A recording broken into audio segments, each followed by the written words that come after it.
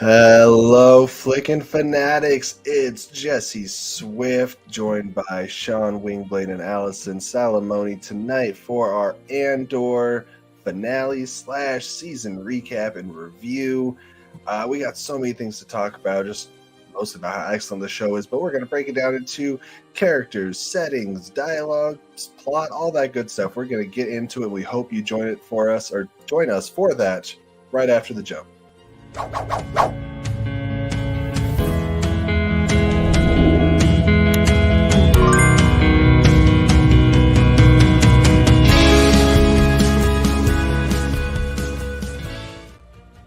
Jesse's still sick and he's really crap at doing intros, but thank you for joining us. I'm excited to talk about Andor.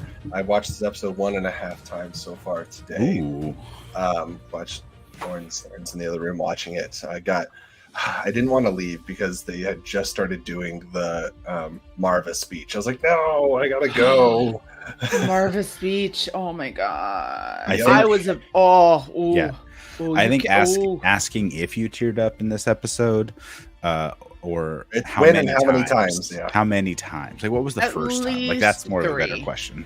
Oh yeah, Allison's the crier. We got Allison's the crier. Yeah. I was getting ready for work, so I was a little distracted. But I was like, oh, I can't keep my eyes off the TV. Yeah. Marva's speech was everything. She was, and I tweeted that out too afterwards. I just think that Fiona Shaw. Yeah, I agree. I saw that. And she was incredible, even though she died. Right, this is full spoilers, by the way. If you're watching, diving right into it. Andor spoilers died. for Andor. Hey, spoilers for Andor. Andor died 6 years ago in 2016, Rogue One. But Don't remind me. This is a prequel, and 6 years ago in our time, but 5 years from now time. Exactly. We are doing full spoilers for the entire season. If you saw the title, this is a full season review and recap, not just this one episode. Exactly. So I didn't think that we were going to see Fiona again. I didn't think we were going to see Marva again. And what's wrong with us? This is how we hold our arms. Yeah.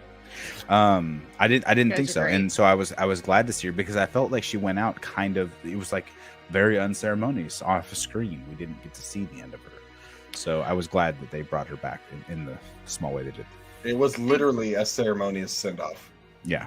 Well, they kind of do that a lot though throughout this episode, because you have this build up with the Anton Krieger and what they're with, and how like Luthen essentially, having his conversation with Saul in the previous episode, just he's gonna let them all die, otherwise the Empire will know what's happening. Yeah, they'll know. So, but once that happens in this episode, we don't see it.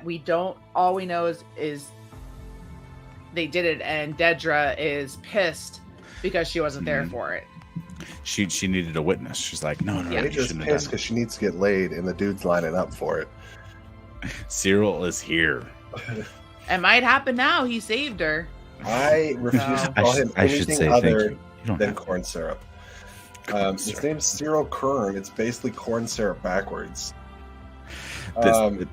Basically, there you go. This guy. There he is. We have a lot of things to get into with the episode. A really quick, a quick minute.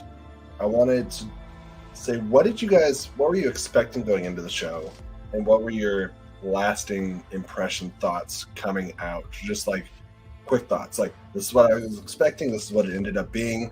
Allison. I had super high hopes coming into it because Rogue One is my Star Wars movie. That was the one that got me to become more of a fan of Star Wars. It hit me so hard seeing it in theaters. I remember sobbing the entire time through the whole basically third act. And so when they announced that this show was happening and it was going to be about Andor before Rogue One, I was completely 100%. In my head, I don't care what they did with it. I couldn't wait for it. And that Tony Gilroy was coming back. Yes. And so when the show started and we got those first 3 episodes, I was like, yes, like it. And the slow burn of it, I think, is perfect because that's what it is. It's a spy show, right? So it's going to be slower and heavier and more dialogue heavy and then we get the Mon Mothma in it, and she's incredible, and the situation that she puts herself in. Stellan Skarsgård and how cool he looks putting up his hood is fantastic. You have all these other great, just right above. Yeah, all these great other side characters that clearly shit's all going to go down because you really don't see most of these people in Rogue One except for Melshi. Like, he's still there, but what they were able to do in 12 episodes to get you to feel for these people, like Kino Loy, regardless of the fact that it was Andy Serkis, I think every single person's heart broke when they get to the end and they're all about to escape and he just goes, I can't swim. Can't swim. And we're not casting. We go, wait, how can we fix this? And then we don't think about it.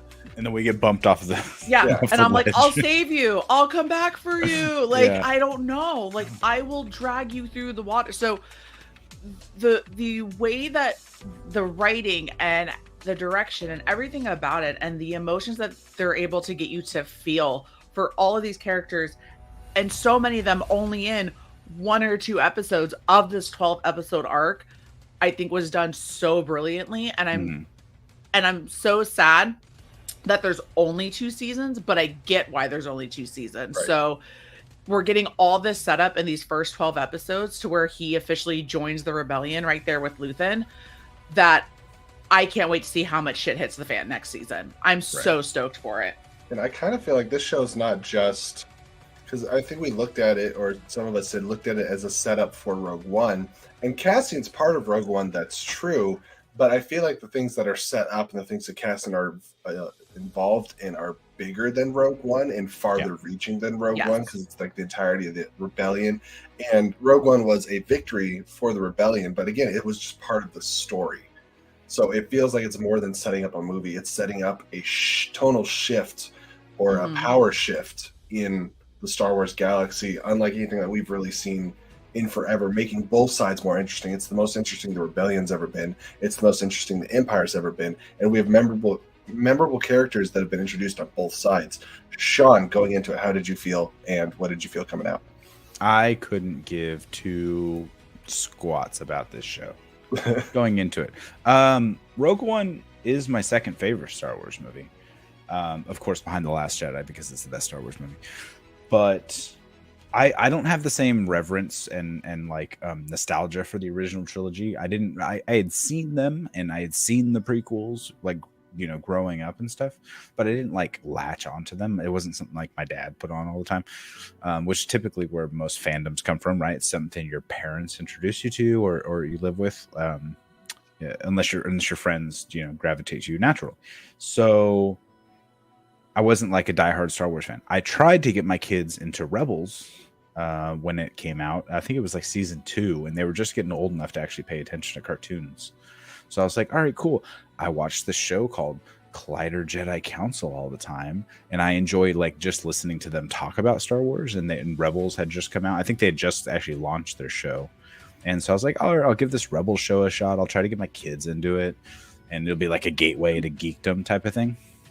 And I got hooked. I got hooked on Rebels. I loved it. The kids couldn't care less. They never watched another episode. They were out within like 1 to 2 episodes that I forced them to watch.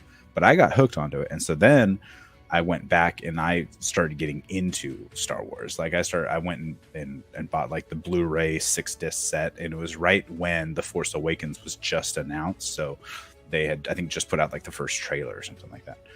So then I was actually getting into it. Now I'm into the shows. And then, you know, Rogue One was the first spin-off to come out after Force Awakens came out, and they were, you know, batting 1,000. You know, Force Awakens was amazing. Rogue One was amazing. The Last Jedi was amazing. And then we got the rest of the movies. We got the other movies after that. But on principle, the reason I say I didn't care, I want to see stories move forward. That's just me personally. I don't like, in my own life, I don't like living in the past. Stop complaining about shit that happened yesterday. Let's move on. Let the past die. Let the past die. Kill it if you have to.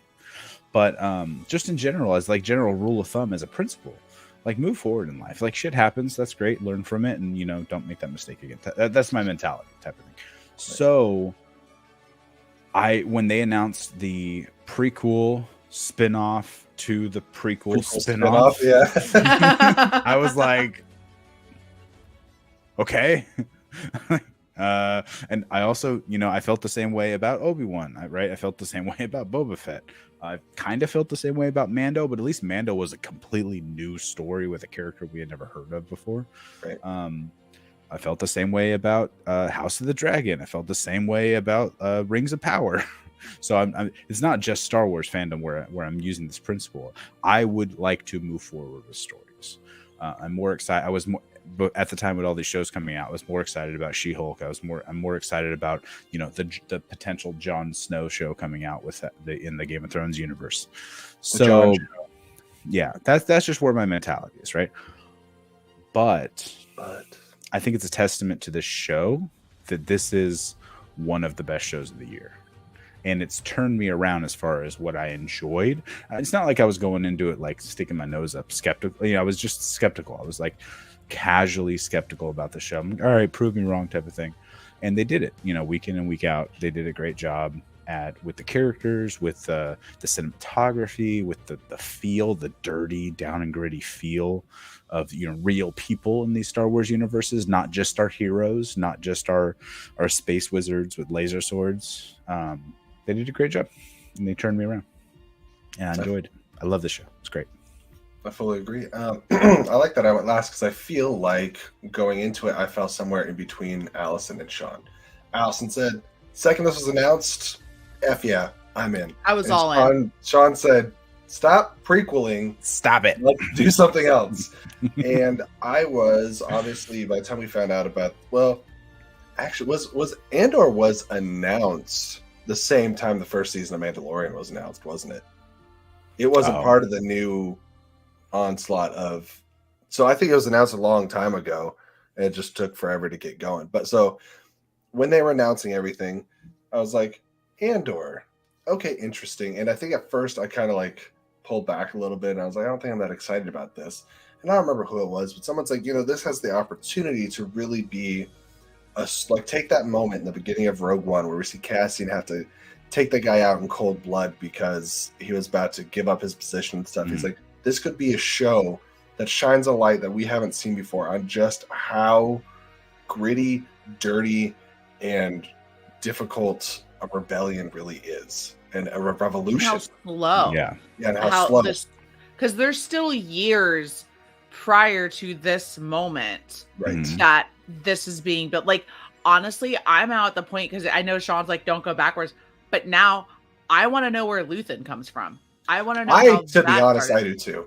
After that episode with him in the speeder destroying the tractor beam and stuff, I'm like, where did this guy come from? Like, that's, I want to know his story, which is why, like, again, why I ended up loving Andor so much and wanting this show is I loved Andor and his whole character from the mystique behind him in Rogue One. Mm-hmm. So when this was announced, completely on board. Yes, give me more Diego Luna. I want to see more of this. I want to see how he got into this. And so now I want to see how Luthen got into it and what he's doing, because this has been building for years and years and years at this point. We're just getting this small snippet of when the rebellion is about to really kick off. Right. And I can't wait for season 2 to get into that even more. Mm-hmm. But so yeah, going into the show, I started out cautiously optimistic when I was like, oh yeah, that could be an interesting take, is to let's really take a microscope to the rebellion. Because Rogue One was like kind of an event that showed us a part of the rebellion we hadn't really seen before, but this gives us more time. This is probably close to 9 to 10 hours of show broken up into 45, 50-minute episodes. Mm-hmm. And then Mando came out, which I liked a lot. Boba Fett came out, and I was like, that's okay, we can have a miss. And then Obi-Wan came out, and I was like, I don't like most of this show. And then my expectations for Star Wars series started dwindling. And like you guys, I saw the trailers. I was like, this looks good, both like conceptually and visually. It actually looks really good. The cinematography in the trailers alone were like, whoa. It looked tangible right? It looked real compared to like I think COVID had a lot to do with like Obi-Wan and stuff using the volume so much and relying on it, and that's the way the world was for 2 years and continues to be a little bit, but use it and that's probably why a lot of people, to the detriment of like Thor Love and Thunder too, is they use too much of the CG and the volume type stuff. And so transitioning to my thoughts post the show, kind of start with the first 3 episodes was almost like Star Wars Whiplash. Hey, what's going on, Ambling? Cheryl, right? Cheryl, yeah. What's up, Cheryl? Hi, Cheryl. I'm working on getting all my names memorized for the connecting to the tags. I got it figured out. But so yeah, the first few episodes came out and I watched it, and it was like Star Wars Whiplash for me, because you get used to things like Force Awakens and Mandalorian, which for better or for worse, very fan servicey, and they're like, flash, bang, look at that. That's so exciting. Speculate. And I watched this and I was like, I feel like I'm just starting to see the beginning of a story unfolding. I'm not thinking about Star Wars. I'm not thinking about how things connect.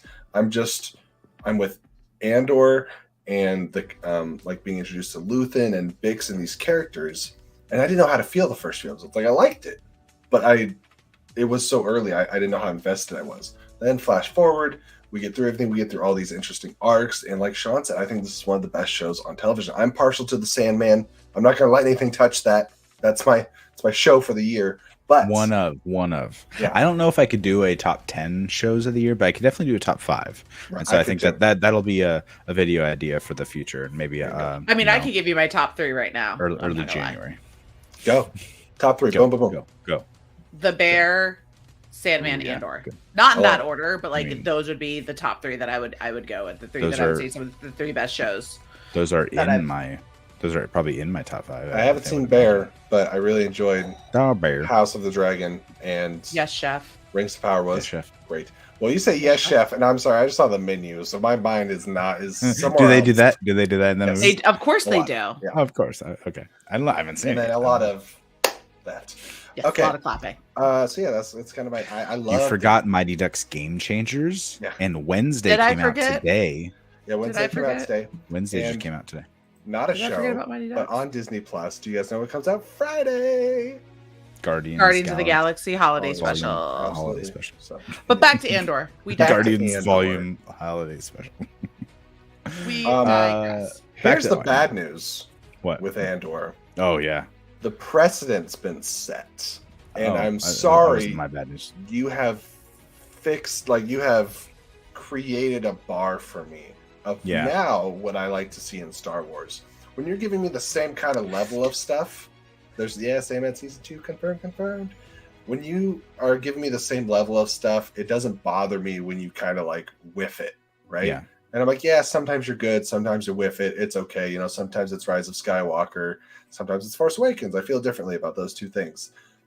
But now I have Andor. I'm like, okay, this is the freaking gold standard. If you're not at least trying, I don't expect you to hit this mark, but if you're not trying to hit this mark, I'm going to be gravely disappointed moving forward.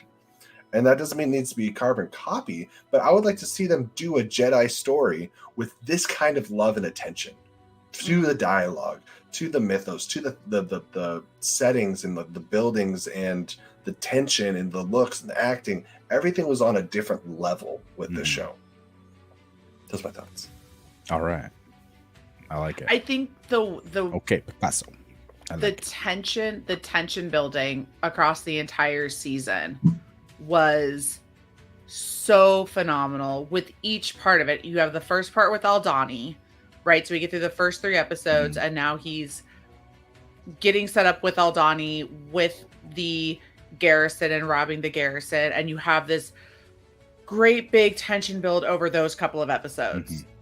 And then now he's out of there, he's at this whatever vacation planet, and now they've rebuilt the tension because we're in the prison, and we're in the prison for another 3 episodes, right? Like 3 or 4 episodes, and you get this big tension build to where you finally, that episode, where I want to say 6 or 7, whatever one it was, is after they find out that they fried a whole floor because they fucked up, and they just now, and even Kino just now realized he's never leaving, and he goes, how many guards on a shift? and he just goes hands up. He goes, no. The way that he just delivers that no more than 12 line, Never more than 12. never more than 12.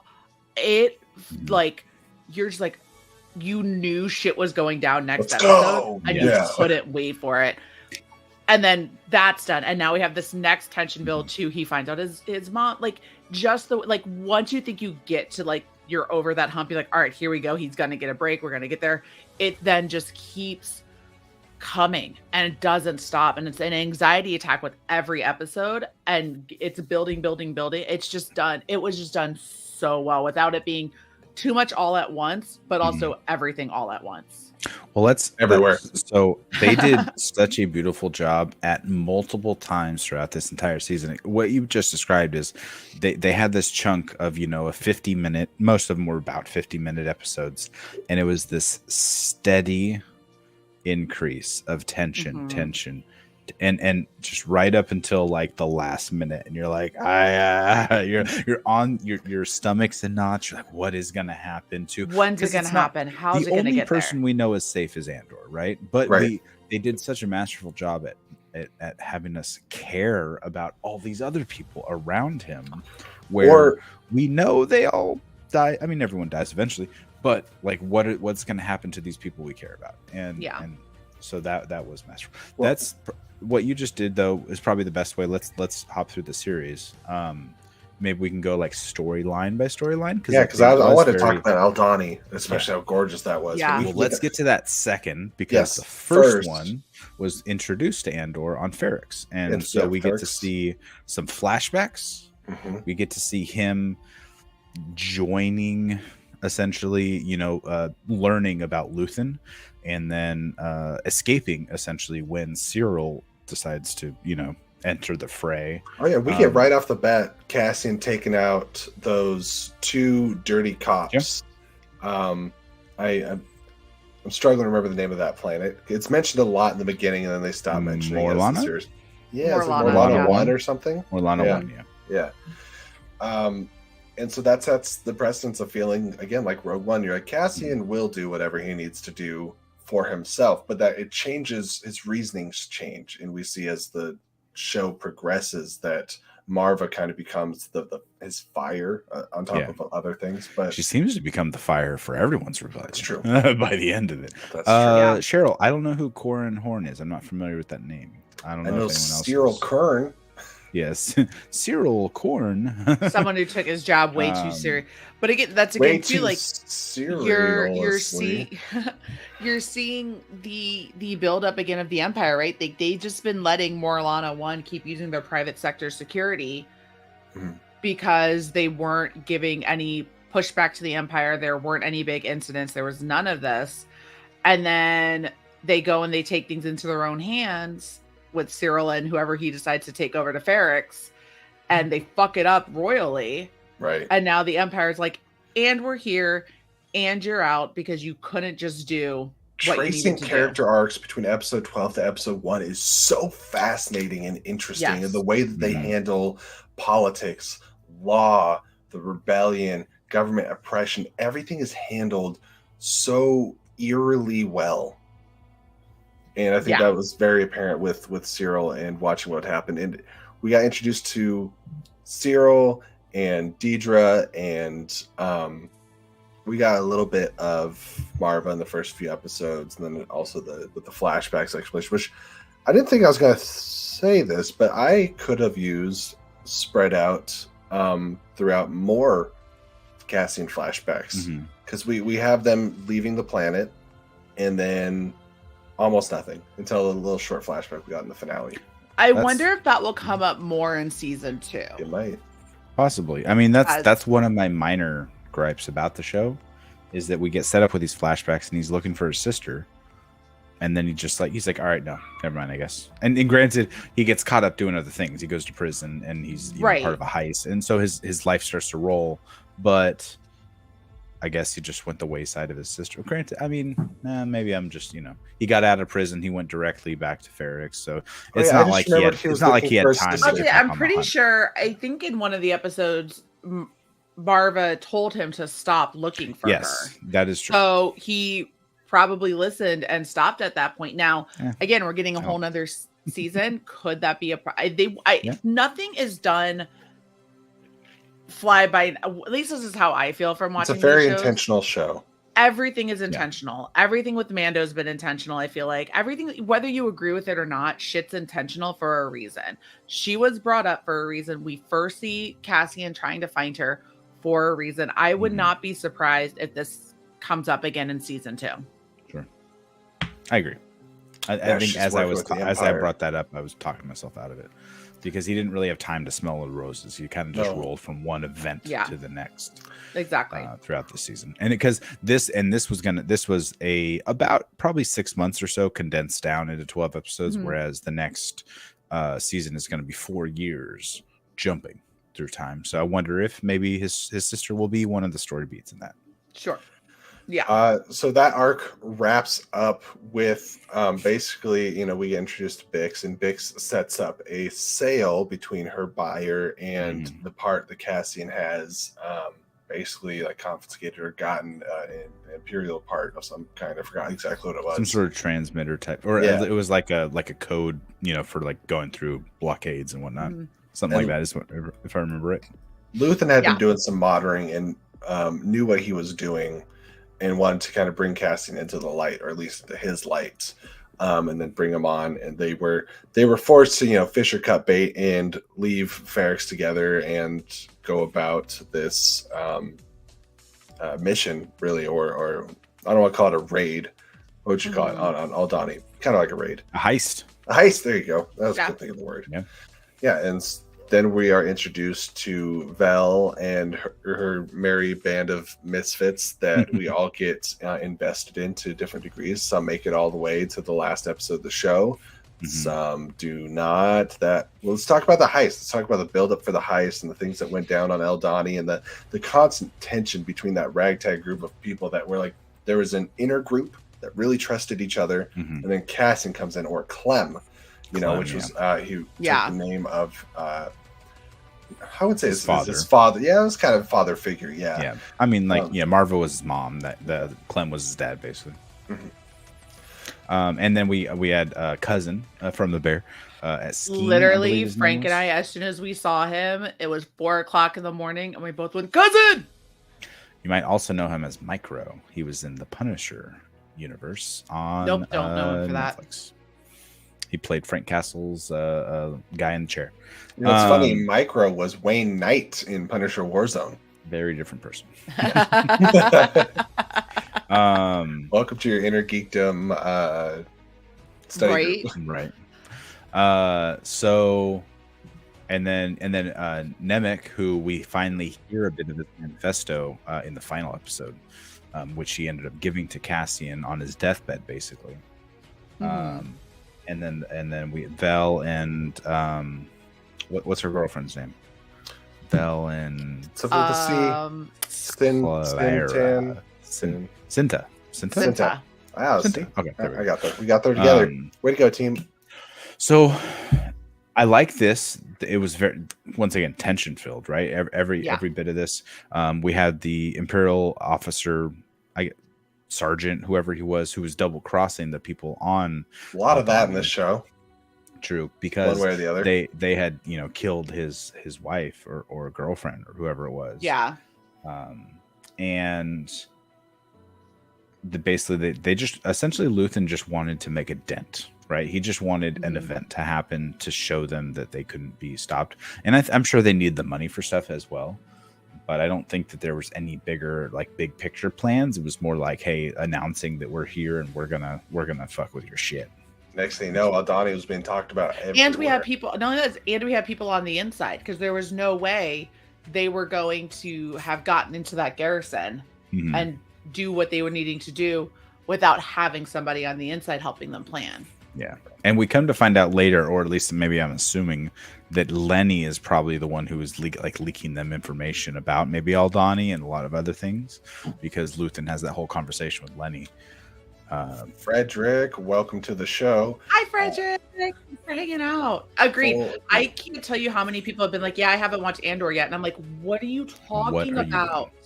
And I feel like this is such a good jumping off point for people who may not be that into Star Wars. True. Because I feel like we talk about like Mando and Book of Boba Fett and Obi-Wan that have a lot of these Easter eggs for Star Wars fans to really kind of latch on to, like people who have been into Star Wars for everything, have like their Wikipedia bookmarked and all of that. Yeah.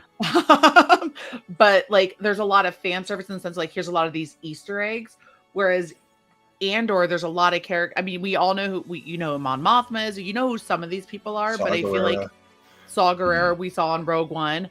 But even if you hadn't seen Rogue One, this is a good show to kind of start and get like a good feeling. Like I feel like this is one of the best ways to jump into Star Wars. You could watch, I think, like Andor and Rogue One, the OG trilogy, and then like go into Mando and just like you know, that's you're watching like all the best Star Wars in a row. I want an editor with nothing but time on his hands to go through and just make a supercut of every scene in timeline order. Yeah. Literally, like do it like Game of Thrones Smith, style, right? If you watch the first season of Game of Thrones, they just jump from one. You see one character in the first episode, you don't see him again for like 3 episodes because they literally just they're jumping to like 18 different storylines. That's what I want out of Star Wars. I want just a supercut, just jumping across the universes. Do you want that, Sean? Yes, that's what I want. Do you really? Do you really? I let's wrap up the Aldani talk with just like the heist itself and the escape and like whatever that natural like star show rainbow craziness that's going on in the sky is one of the most Eye, I think it was called, right? The Eye, thank you. It's one of the most beautiful things I've seen in Star Wars. Right next to you, like this, Sean, the second most beautiful thing I've seen in Star Wars might be 2 ships hyperspacing into each other in The Last Jedi. Yeah, it is. I will give it that. I don't like that movie, but that is still one of the most beautiful things I've seen in Star Wars. And yeah, the show is just gorgeous. Even when it was gritty, it was gorgeous. And in that escape, we have is that cousin that gets smashed? No, that's the other guy. Okay, so I didn't know. It's Skeen who tries to double cross them at the end. That's right. That's Skeen. Yes. Nemec is the kid, and it's funny because so you see Andor in the first section, right? The first 3 episodes start to get hints from Luthen, but also a little bit from Marva, like, hey, there's more at work going on, right? It's more than just living our life, working and stealing stuff and partying out, whatever. And then he meets Nemec, who ends up giving his manifesto at the end. But he tells him, he's like, oh, they're like, they're full of themselves, right? They're the empire needs to be brought down a peg. They're sitting on their high horse and they don't care about the rest of us, type of thing. And that's why we can infiltrate them, type of stuff. And so like each story beat is him building. And like essentially, it's like an RPG game, right? He's gathering his tools to finally start, join the rebellion at the very end, as we see in like the last scene. And so there's all these people in each storyline who add to his own, like giving him pieces of his conscience, essentially, of why he's joining the rebellion. Well, and it comes together at the end in this last episode when he's reading the manifesto, and we're hearing what he's reading. We're hearing Nemec saying it, like that's the voice that you're getting through all of that. But I feel like we have to talk again with how everything being so great in this show, that crunch as Nemec gets like I like have a pit in my stomach just thinking about it. Like, and they don't storybook end it. No. They're like, that's how he died. Not right there, but like internal bleeding, whatever else they got there. In fact, they kind of use him. They're like, hey, get your shit together. We need you to guide us out of this meteor storm. Right, while you're dying. Which way do we go? And he's like, all right, hang a left, hang a right, climb. Yep. Go up. And then and he gets them out, And then as he's getting worked on, Skeen tries to be like, let's just take it and go. Because it just goes to show you that every single person is either just looking out for themselves or they're just bad people. Like, sure. it's which are so lessons in hard. themselves. Right. Like, It's so hard to cheer for someone because even Luthen, like it gets so hard to cheer for him at certain times because then he shows up because he's there to kill Cassian because he doesn't know where Cassian stands right now. He doesn't know where, like, it's so up. It's Going back to there's so that much conversation, do you think he was just testing Cassian and got caught up in Cassian's, untrustworthiness, or do you think he was being serious and actually wanted to kind of cut and run? Skiern or whatever. Skeen, yeah. Skeen. I think he was wanting to cut and run. I don't think that because he had shown a lot of different signs. I thought it was just ambiguous enough that you could kind of go either way. Like, oh, maybe he was just testing him to see if Cassian was actually down for the cause, and he got caught up, because Cassian doesn't trust anybody. He's like, I don't know you. Shoot him. He fucked up. Yeah. So I think that Cassian, I love watching the story build in his arc and things because as he interacts with these characters and new characters every arc, he sees like reflections of himself. Yeah. And I think that's telling. Like he saw somebody that was only in it for themselves. He's like, I don't want to be that. I want to be more than that. And he gets to the prison and he sees the Kino Boy. Yeah. Guys, I'm sorry. It's almost as bad as House of Dragon.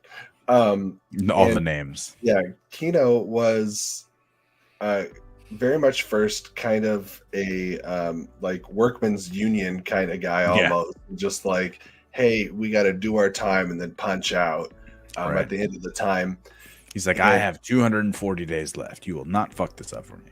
Again, it was somebody not thinking any bigger. Mm-hmm. That was very focused. And Cassian, his entire life, has been very singularly focused on something, and it's usually self-serving.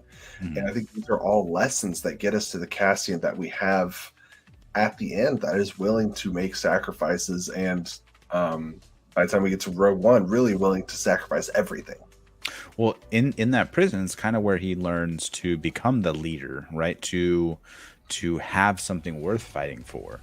I'm not going to die in this, crap hole surrounded by water, just doing the same thing day in and day out type of thing.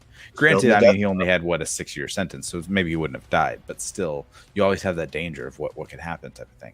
Sure, but also the fact that it was now at this point where the Empire could just throw days onto his count for whatever reason. Like, his 6-year sentence was for the epitome of like loitering. Yeah. Right. Or you know what I mean? Like, for walking too fast on the beach. And they were looking for people to arrest so that they would have more bodies to work. True.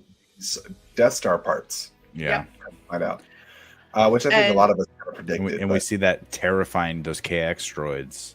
Yeah. Just putting the whole beam together. What did he say? He said hold him here. Or no, he said what did the guy say? He said hang on to him. That he used exact verbiage. He said hang on to him, and he took off to go chase after someone else. And he said, all right, I'll hang him. And he hung him on the wall. And he's like, no, he just meant keep me here. Yeah. Yep. That was terrifying. That scene itself. So after Aldhani, the prison really is the arc to talk about where. And we get to see Melshi again, and Melshi was part of his crew in Rogue One. Mm-hmm. I wonder if that's probably what we'll see in season 2. Is we'll see him kind of collect a few more of his diehards who they're all going to die eventually, but they're going to die hard. They're going to die hard, but we'll see. You have to build that trust somehow, right? So you have to, the people he's with, he has to actually, have some sort of relationship with them. So we'll probably get to see some of them. We'll probably see more Melchi again. I'm hoping, because I know they went their separate ways after they escaped the prison, to have like a better shot at things. And so I'm hoping that we see them come back together, because obviously this takes us up until Rogue One. Yeah. So. During this time in prison, too, we get to see a lot more, because he was in there for more than 30 days, right? So about 2 months or so. We get to see him. Okay, he's kind of stationary. He's in one spot. So we got to see a lot more of the machinations of what's going on with Mon Mothma and Luthen and this gangster person that she had to, embezzle money from, and her banker friend, and all of the hoity-toityness of her, what she had, the the visage that she has to put on, And but this is also when the whole we- Senate just ignoring her, just ignoring everything she's trying to say and fight for. And it's also when we find out that she and Vel are related. Yeah, Right. your cousins. So yeah, so Which- they've all One been of those. Mhm. And it's just watching Mothma's arc go with everything that she's doing, because and like the line that she gives to Nope, you didn't Tay, Nope, I didn't. I tried to hit mute, and I did not do it. the line that she gives to Tay about, if I can keep being an irritation, then they will hopefully miss what it is that I'm doing. Yep. And again, it just kind of builds up that's like, this has not been an overnight thing. This is something that she's been doing for God knows how long. But because the Empire is now starting to pick up on things here and there, now she's like, oh shit. Like, Right. how are we Everybody's going to new. do this? Now I have a new driver. Now, like, Mhm. I'm constantly surrounded by new people that I don't have long-standing, trusting relationships Mhm. with, and we see how smart she is in the last episode, using the fact she knows the Empire's eavesdropping on her and watching her, and she, not a really big loss, but Perrin, I believe, her husband, she throws under the bus by having that. Just backs up a dump truck over him. Yeah. She- It's like we he's- see not just how smart, husband- but how ruthless she's becoming. Yeah. Because she's looking at the big picture. She's like, what do I need to do so that I can be around for the actual revolution that's coming? And her whole thing too with her daughter, we see in the one episode is wanting to hold on to these Chandelian customs. I think that she's putting on a front. The daughter. Yeah. Yeah. I think she is actually joining. She's in a small coup of rebellion people. And I think that's something I thought it would be kind of like enlightened here. And I have a couple of theories that went to wash, or at least hasn't come to light yet. And that's one of them, is that because she's so disdainful for her mom, because her mom is putting on such a good veneer, Right. of acting like a So you're hoity-toity saying rich person. she's hating what her mom is pretending to be, because like she's Exactly. buying Right. into it. Exactly. Right. So If she was honest with her daughter, maybe they would have more in common. Exactly. Yes. And so I'd be willing to bet, and theories on other podcasts and stuff like that, like, oh, she's gonna, they'll find out too late that they actually were both, working towards the same goal, type of thing. But like Yeah. she even says in the previous episode, like the second where she was talking to Vel, and she's like, oh, are you Yeah. And Rogue One makes New Hope even better. Exactly. Yep. 100%. When they're talking about the I didn't mute either. Nope. when is it the religion in the last episode, her daughter was doing something with another girl, and they were talking about the religion and paying homage to this deity or whatever it was, and she's like, oh, are you really pushing your daughter on this? She's like, no, she found it herself. Yeah. Right. So why is she going to find that stuff if not to? I don't think she's actually into it. I don't think the parent is like setting her up to be, part of this life. I think she's like just putting on a front. She's trying to do the exact same thing Mon Moth was doing. They just don't know that they're both doing it, type of thing. That's just my That makes theory. sense. I I like can that see that. theory. I like that theory. Mon Mothma, there's so many standouts, and really, like, every character in arc was really working for me, and everybody, again, tracing their beginning and end points between episode 1 to episode 12, where it's everything Cyril went through. Deidre's just like unrelenting mission to find Axis and get her hands on Cassian. I feel like we didn't get to watch Bix do a whole lot. She had an integral role in the story, but we haven't got to spend enough time with her Bix, I think. But there's interesting things going on with Luthen. If you just look at the way that Luthen is watching the eruption in the final episode and everything going crazy, you just like look into his eyes, you're kind of reading his thoughts. And the escape from the prison does really kind of tie into the finale or the last couple episodes. where we get the wrap up with Mon Mothma, like we're talking about. Cassian finds out that Marva has passed and is brought, self brought back to Ferrix, and we see that the Empire thinks that they're so focused, and that's the problem. And Cassian brings it up all the time. They're so focused on one thing and being solely focused that they don't see what's really happening right underneath their noses, which is what Cassian's been saying the entire season. Mm-hmm. Is that they'll miss these things because they never expect.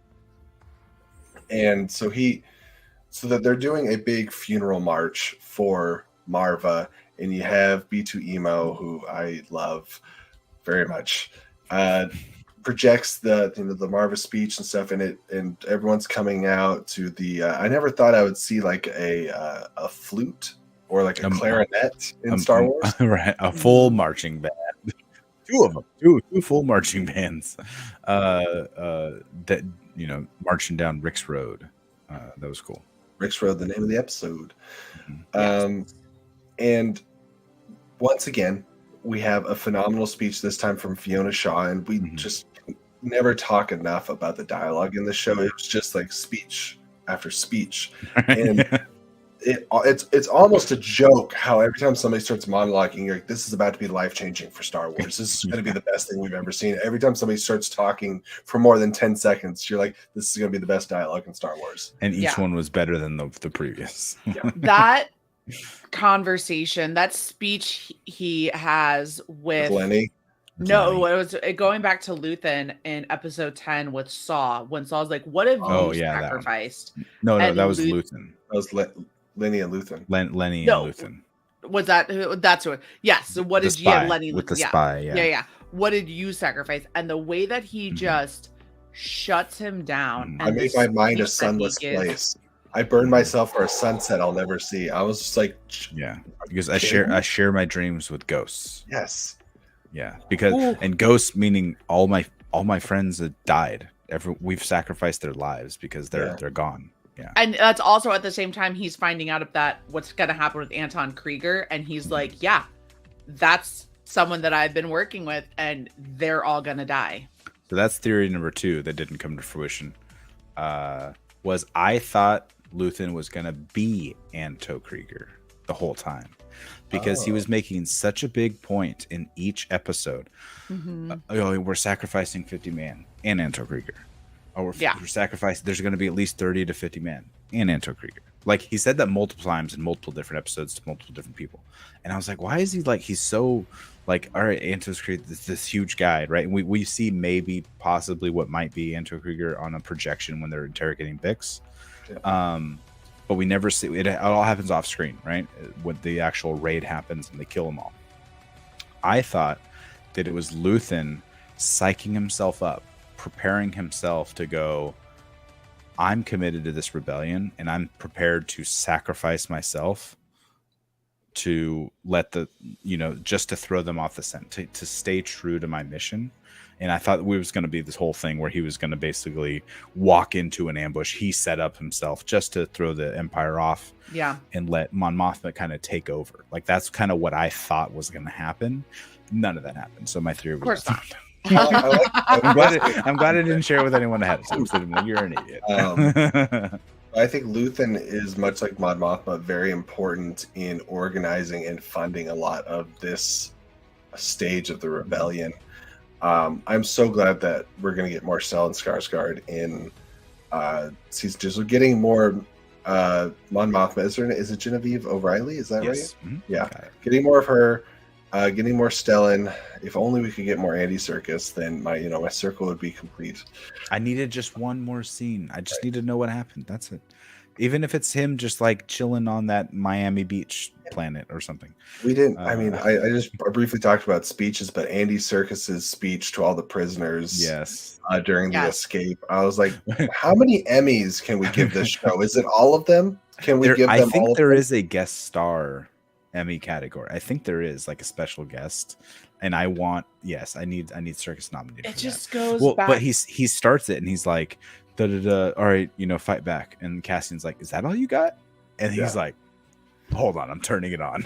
Let's then you do just it. pull on Steve Rogers in there, and then he has Yes. a fair amount of stuff on his own, but then he turns it and he takes Cassian's words, and he's like, "I was listening. I heard you. I heard what you said. That they're never going to let us out of here, and I would rather die fighting than giving them what they want." Yep. And I was like, One "Man, way out. one way out." One way out. I can't swim. Oh man, Brutal words. But I feel like we can't talk about this whole spoiler review and not give all the love and flowers to the greatest droid to ever come into Star Wars. the greatest. B2 The emo. greatest. The greatest. He I love definitely him. brought some emotions, and I filmed the watch along this morning, and I was like, if anyone's gonna make me cry this episode, it's probably gonna be B2. And then I did catch a moment. I was like, they're glassy, and it was B2 at some point. I Yeah. remember Well, when during the At the end when they're hopping on the ship and Cassian says, "I need you to take care of them. I'll come back for you guys." And Cassian, you're not saying. he says, "Cassian, you're not saying I didn't get to see you," or something like that. I Yeah. know. And he goes, no, I'll come back, or I need you to take care of them. He goes, "You always say that." And he goes, "Well, you always come through." He goes, Yeah. I'm like, "Oh, hug the droid." And then if there was ever a reason to kill everybody in the Empire, it's the fact that one douchebag kicked B2 over. Yes, to you, sir. Do you guys subscribe to the theory that he's going to take B2's memory somehow and put it into K2SO? That's a kind of theory like I've how heard. the L3 memory into Part of the Falcon now. I don't know. I mean, Possibly. K2 never had a stutter, but he did have a very sarcastic attitude, which B2 That's very true. also does.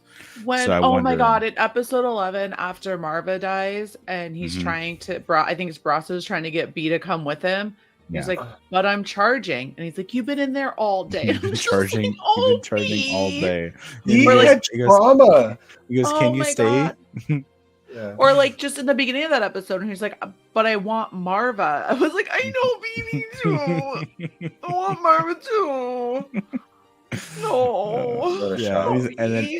and Brasso stays. He's like, "All right, fine, one night." He's like, "One I'll stay night." with you." Yeah, nobody's saying no to B2. And even out of the final fight after he gets kicked over, they don't just leave the droid there on the ground, right? They're like, "No, that's they love that's a him like child." Like, yeah, Yeah. let's drag him off. That's our baby. Get love Me Too out of there. I Get him out love of the him fight. so much. I'm a big Oh. fan. As far as I can tell, I'm a big fan of most of the people on Ferrix. There was that one guy that was like Bix's boyfriend, whatever, that got shot, and I was Tim. like, Fuck Tim. Him. Yeah, fuck Tim. That's the Fuck Hey, Tim. he makes a good cup of calf, but other than that, good kick cup of rocks. calf. Yeah, kick rocks. Although he Tim jump was started one this whole half- thing. This is all his fault. Tim was one half of a Lucasfilm revolution where they clearly were like, that was sex in Star Wars right there. There was Yep. another Like thing that coffee Andor- and a smoke and a pancake or something. I Yep, don't know yep, what else yep. did happen. Oh, hey, there they are. We've been going long Oh. enough. We got the bot. long enough for the Yo. bots, and they are Long not enough as for the cute bot. as B2 No, emo. We need the comments. Let them run free. So getting into the last arc, then we'll say the last arc.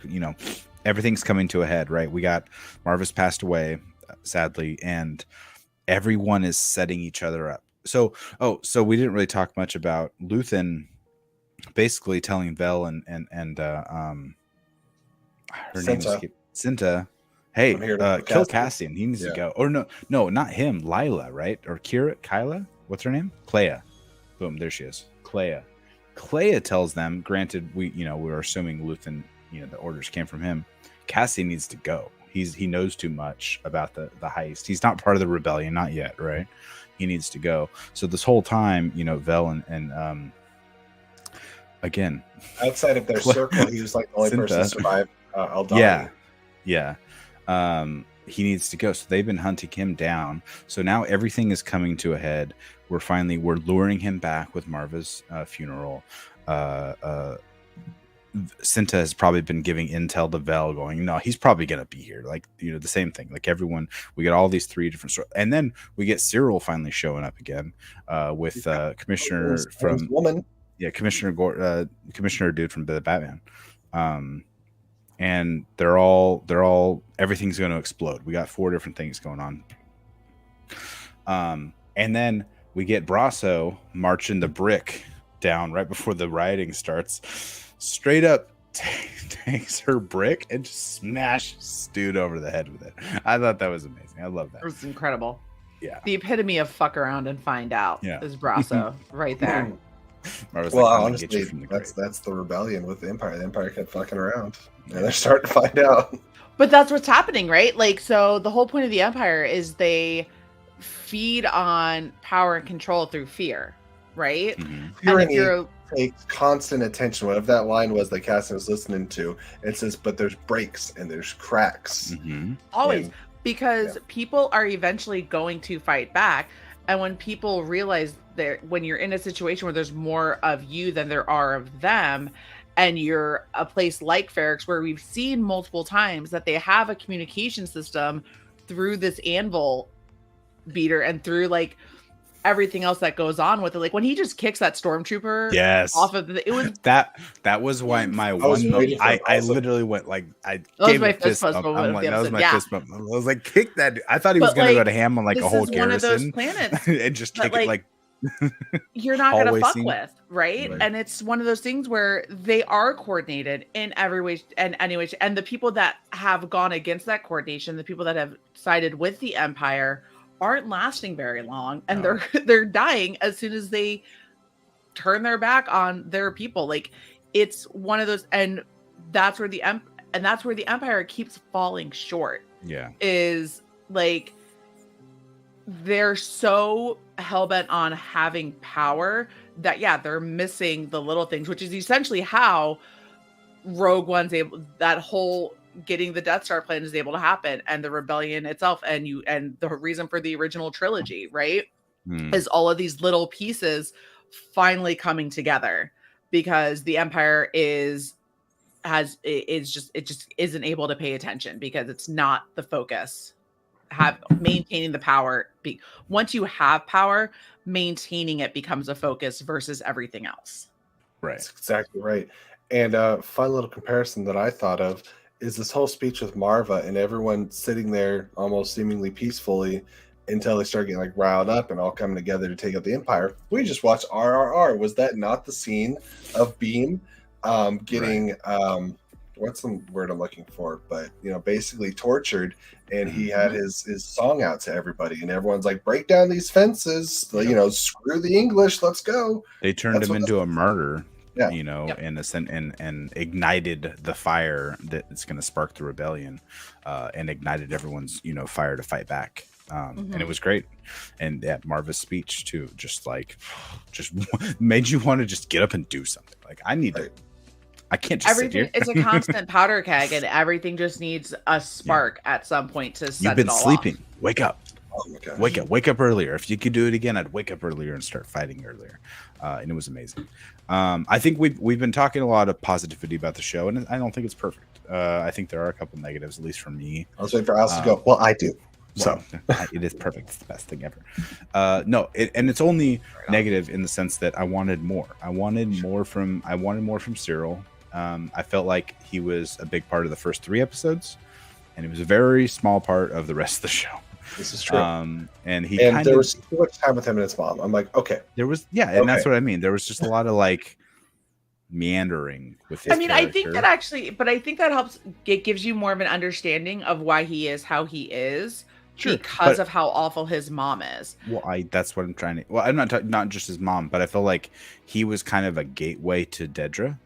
And we got Dedra after the first 3 episodes, and she was much worse than him. At first, like in that first episode, when you first meet her, you're kind of rooting for her. You're like, yeah, kick those guys' asses. And then she gets in charge, and you're like, oh no, you're a terrible person. I don't know why I was rooting for you in that first one, just because that other guy, Blevin or whatever his name was speaking of Dedra and rooting. Anyone else really awkwardly go kiss? Yes. Now kiss. No, I ship it. No, you're both terrible. You can kiss, but I think that again plays into things. Is we're getting Dedra's how she is. We're getting her personality. Cyril is now obsessed with her because he kept making calls to her. So he's been playing a lot of smaller parts. And again, everything, there's gonna be something happening with him. He wants so bad to be in the ISB Yes. at this point. So I'm wondering if him saving her life the way that he did may be that foot into it. I just thought that he was being positioned as such a big part in that first arc that I was disappointed that he kind of got sidelined for the rest, just to prop up someone else, which is fine if they come together in the second season. It can all work out in retrospect, you know. It's just how I'm feeling right now. I wanted a little more from him, just because of how the series started.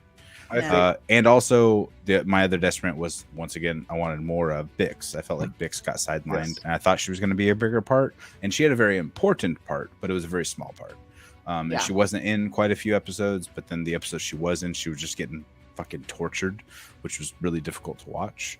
And she played it beautifully. She the actress, Aria Argento, I think is her name. I can't remember her name exactly, but she did it. She did a fantastic job. I just wanted more of her doing something, not just being fucking shit on every time we saw her on screen.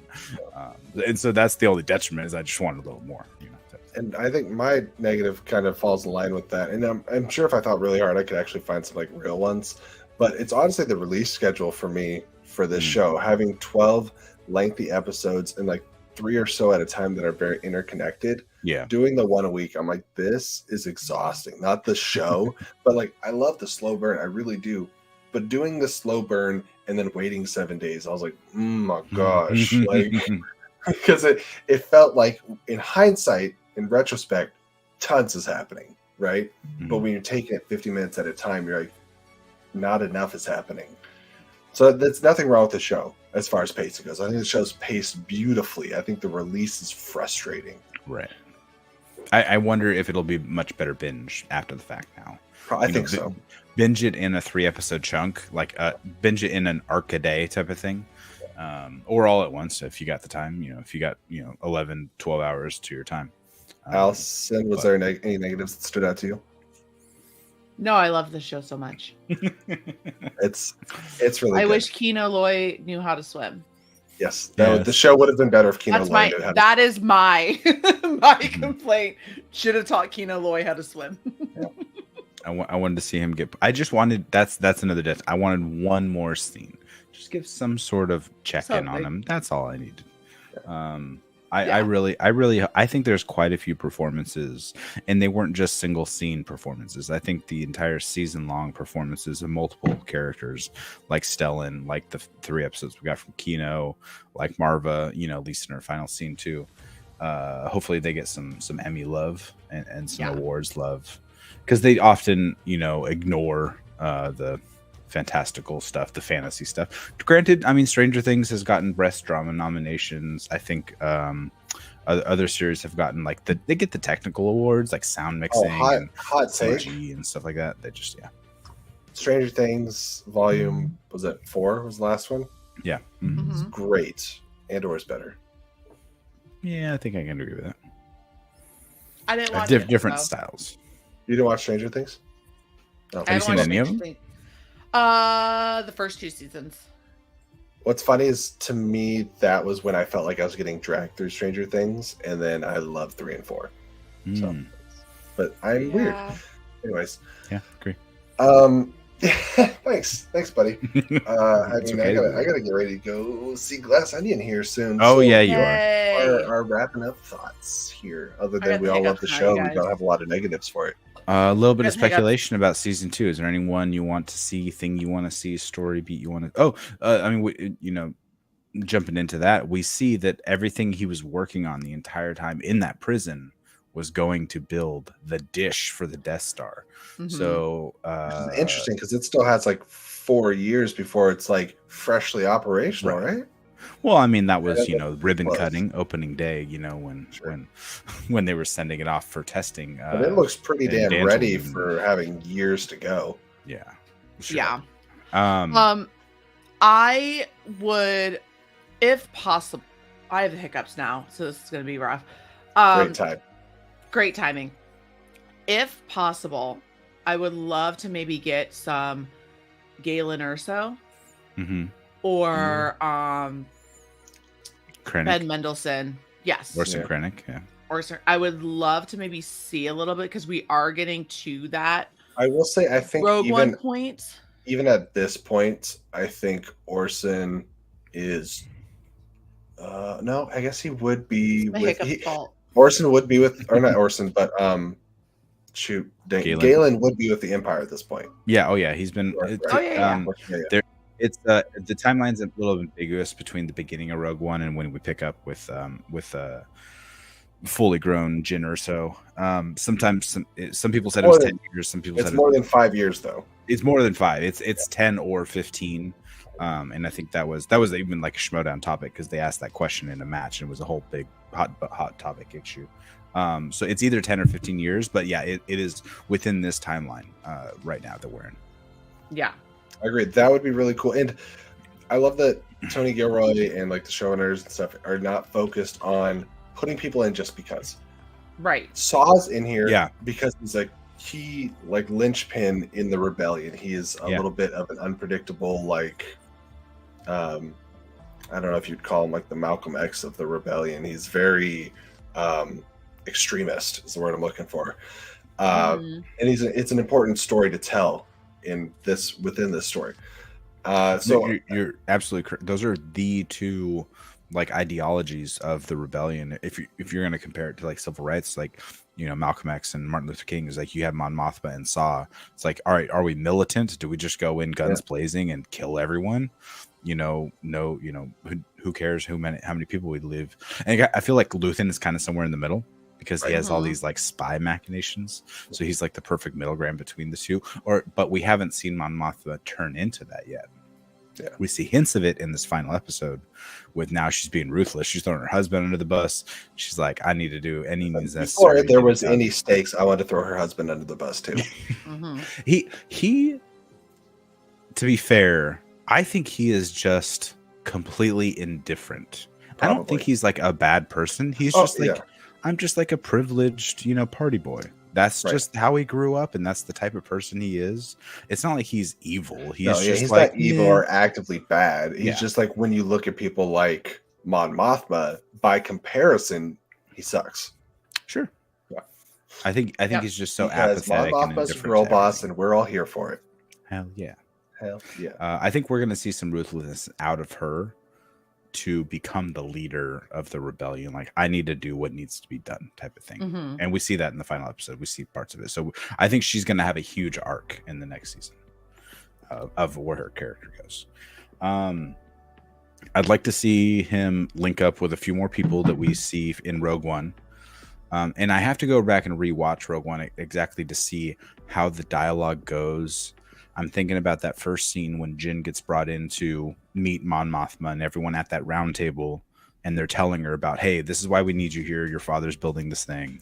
We see Jimmy Smits. Yes. But I'm wondering, I'm trying to remember how much information at that moment does Cassian already know about Galen, about Orson? Has he had run-ins with them? Is he already full, like, hey, here's what's going on? Or is he learning the information at the same time? Because if he already knows the information, then that is what we could see in season 2. We could see him have some run-ins, and we could see him learning about this special scientist that needs to be killed because he knows too much and he's too good, et cetera, et cetera. Right. That could be totally part of season 2. I mean, you kind of took all the words out of my mouth as far as predictions go. I'm pretty fucking some Rogue One. Not even cameos, just tie-ins, and I trust them to do it appropriately and not just do it in a fan service way, because that's how they've done it so far. Just more great quality stuff. The amount of faith that I have in this team right now is out of this world. And they went into these 2 seasons with one whole idea. Yeah. It was not like, season 1 did good, let's do season 2 now. They're like, our story will take 2 seasons to tell. Yeah. And that gives me all the faith in the world. I'm very excited. Bad news is we have about probably 2 years to wait.